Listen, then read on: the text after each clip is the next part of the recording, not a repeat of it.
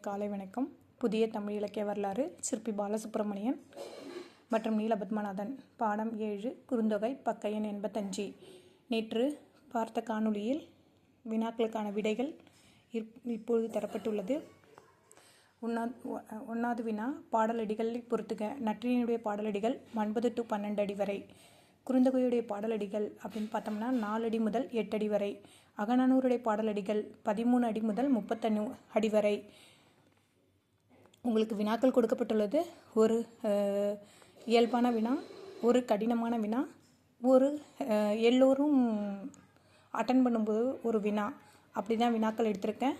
இந்த மாதிரி தான் நமக்கு வினாக்கள் இப்போ ஒரு தேர்வுகளில் இடம்பெறுகிறது. ரெண்டாவது வினா, ஏனைய தொகை நூல்களை விடவும் அதிகமான பதிப்புகளை பெற்ற நூல் அப்படின்னு எதுன்னு கேட்டோம்னா குறுந்தொகை. அதுக்கப்புறமா குறுந்தொகை பற்றிய கூற்றுகளை பொருத்தவும் அப்படின்னு சொல்லியிருக்காங்க. குறுகிய அளவுடைய செய்யுள் குறுந்தொகை அப்படின்னு சொன்னவர் யாருன்னா உவே சாமிநாத ஐயர். ரெண்டாவது, குறுகிய அடிகளை உடைய செய்யுள். ஒரே ஒரு வேறுபாடு தான், அளவுடைய அடிகளை உடைய. அளவு அப்படின்னா ஊவேசா, அடிகளை உடைய செய்யுள் அப்படின்னு சொன்னோம்னா யார் அப்படின்னா போவே சோமசுந்தரனார்.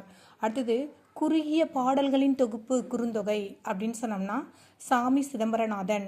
அடுத்தது, 4 அடி முதல் 8 அடி வரை உள்ள குறுகிய செய்யுள் குறுந்தொகை அப்படின்னு சொன்னவர் யாருன்னா சிதம்பரநாதன்.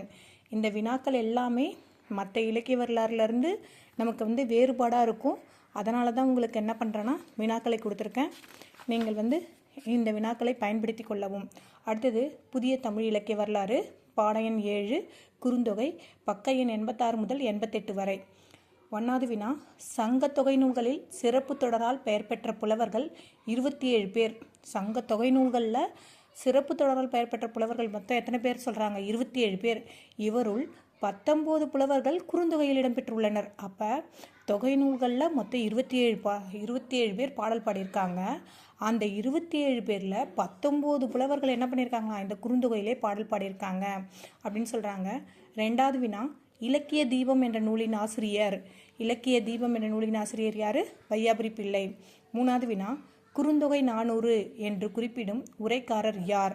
குறுந்தொகை 400 அப்படின்னு குறுந்தொகையை சொல்கிற உரைக்காரர் யார் அப்படின்னா இறையனார் அகப்பொருள் உரையாசிரியர் நக்கீரர்.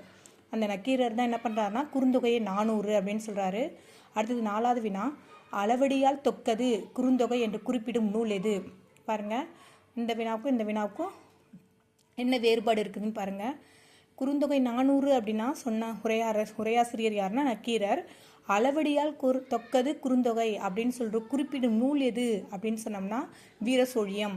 அடுத்தது, பாடலிபுத்திர நகரின் வரலாறு எந்த ஆண்டிலிருந்து தொடங்குகிறது அப்படின்னு கேட்டோம்னா கிமு 5ஆம் நூற்றாண்டு.